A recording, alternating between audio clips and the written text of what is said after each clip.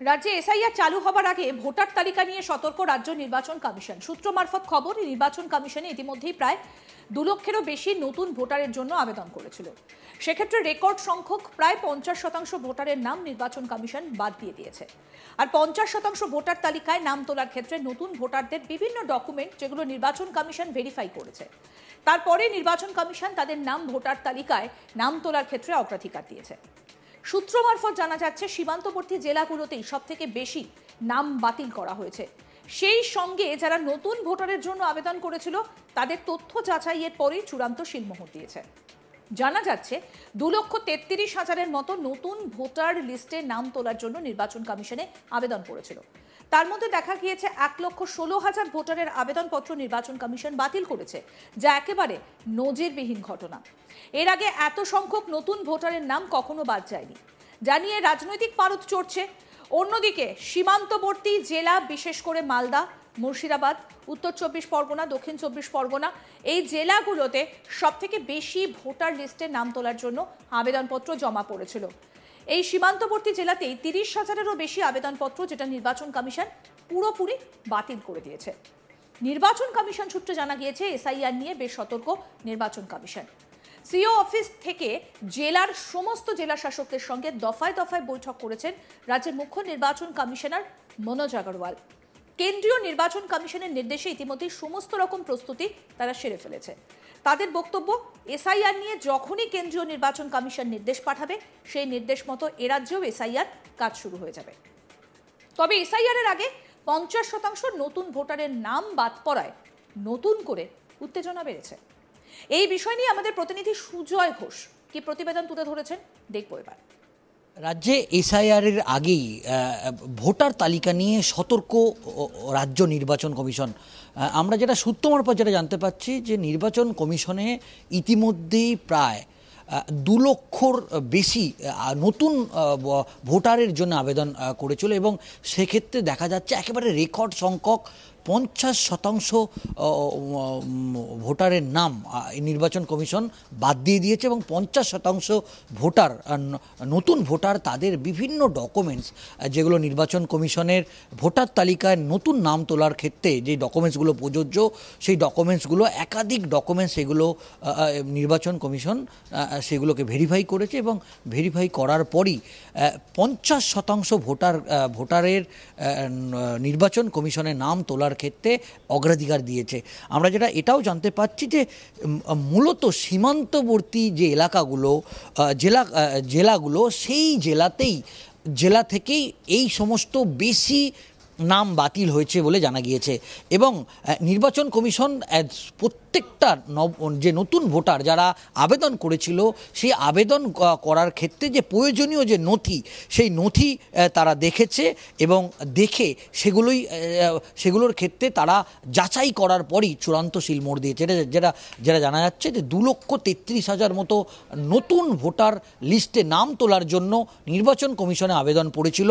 তার মধ্যে দেখা যাচ্ছে 1,16,000 ভোটারের আবেদনপত্র নির্বাচন কমিশন বাতিল করেছে, যেটা একেবারে বলা যেতে পারে সম্প্রতিকালে রেকর্ড সংখ্যক।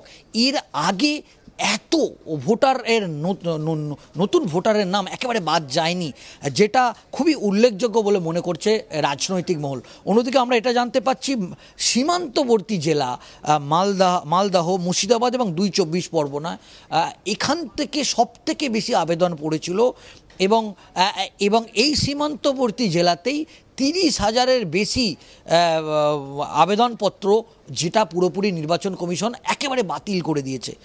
এটাও জানা যাচ্ছে, যে আমরা এই মুহূর্তে নির্বাচন কমিশন সূত্রে জানতে পাচ্ছি, যে এসআইআর নিয়ে কিন্তু একেবারে সতর্ক নির্বাচন কমিশন।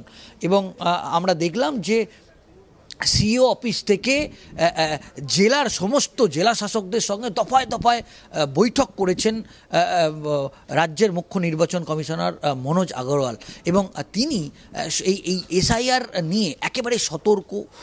এবং আমরা দেখলাম যে কেন্দ্রীয় নির্বাচন কমিশনের নির্দেশে ইতিমধ্যেই সব রকম প্রস্তুতি তারা সেরে ফেলেছে, এবং তাদের যেটা বক্তব্য, যে এসআইআর যখনই কেন্দ্রীয় নির্বাচন কমিশন যে নির্দেশ তাদেরকে পাঠাবে, সেই নির্দেশ মতো এ রাজ্যেও SIR এর কাজ তারা শুরু করে দেবে এবং এই নিবিড় সমীক্ষার কাজ তারা শুরু করে দেবে এবং তার আগে SIR এর আগে যেভাবে 50% নতুন ভোটারের নাম বাদ পড়লো এবং সেটা নিয়ে নির্বাচন কমিশন একেবারে তাদের বক্তব্য যে SIR এর আগে নতুন ভোটার তালিকার নাম তোলার ক্ষেত্রেও তারা অত্যন্ত সতর্ক বলেই জানা যাচ্ছে। এর আগে সাংবাদিক বৈঠকে মুখ্য নির্বাচন কমিশনারকে বাংলায় SIR কবে হবে এই সংক্রান্ত প্রশ্ন করা হলে তিনি বলেছিলেন বাংলায় SIR কবে হবে তা পরে জানানো হবে। আমরা 3 নির্বাচন কমিশনার আলোচনা করে সঠিক সময় জানানো হবে। কি বলেছিলেন সেই সময় মুখ্য নির্বাচন কমিশনার জ্ঞানেশ কুমার, শুনবো। वेस्ट बंगाल के SIR की तारीख की बात है। हम तीनों कमिश्नर्स एक उचित समय देखकर उसका निर्णय लेंगे कि कब वेस्ट बंगाल में होना है या देश के अन्य राज्यों में कब होना है। उसकी तारीखों का ऐलान आने वाले समय में उचित समय पर किया जाएगा। वेस्ट बंगाल के SIR की तारीख की बात है। हम तीनों कमिश्नर्स एक उचित समय देखकर उसका निर्णय लेंगे कि कब वेस्ट बंगाल में होना है या देश के अन्य राज्यों में कब होना है। उसकी तारीखों का ऐलान आने वाले समय में उचित समय पर किया जाएगा। SIR এর বিরুদ্ধে তিনি ও তার দল সেই অবস্থানের কথা ফের স্পষ্ট করে দেন মমতা ব্যানার্জি। তিনি জানান একাধিক প্রাক্তন নির্বাচন কমিশনার বলেছেন কয়েক মাসে SIR করা সম্ভব নয়, এটাই বাস্তব। কয়েক বছর তো সময় লাগবেই। তার কথায় আমরা SIR এর বিরুদ্ধে, সে কথা আগেও বলেছি। তবে এভাবে ভোট হয় না, আমরা এর বিরোধিতা করব। ভোটার কার্ডকেও পরিচয়পত্র হিসেবে স্বীকৃতি দেওয়া উচিত। মুখ্যমন্ত্রীর আরও সতর্কবার্তা, রাজ্য সরকারকে না জানিয়ে কেউ যেন এই মুহূর্তে নেপালে না যান। বললেন কেউ হঠাৎ করে ঝুঁকি নিয়ে ওখানে চলে যাবেন না, আমাদের না জানিয়েও যাবেন না। কি বলেছেন এই বিষয়ে মমতা ব্যানার্জি, এবার সেটাও শুনব। This is a document. The voter card is the identity. So Aadhaar card inclusion means everybody have the Aadhaar card.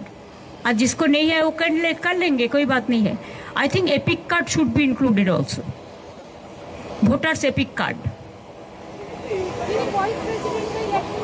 ভাই যখন হবে তখন বলবো, এখন তো হয়নি। আমরা SIR বিরুদ্ধে, তার কারণ হচ্ছে 3 জন ইলেকশন কমিশনার আপনারা দেখেছেন, যারা আগে ইলেকশন কমিশনার ছিল, তারা বোল্ডলি কাল বলেছে SIR নিয়ে 2-3 মাসে হয় না, এটা করতে গেলে 3-4 বছর টাইম লাগে।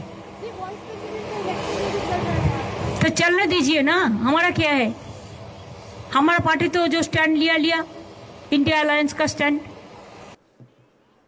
This is the document. The voter card is the identity. So Aadhaar card inclusion means everybody have the Aadhaar card. আরো আপডেট পেতে দেখতে থাকুন আজ তাক বাংলা। সাবস্ক্রাইব করুন, নোটিফিকেশন পেতে বেল বাটন অপশন প্রেস করুন।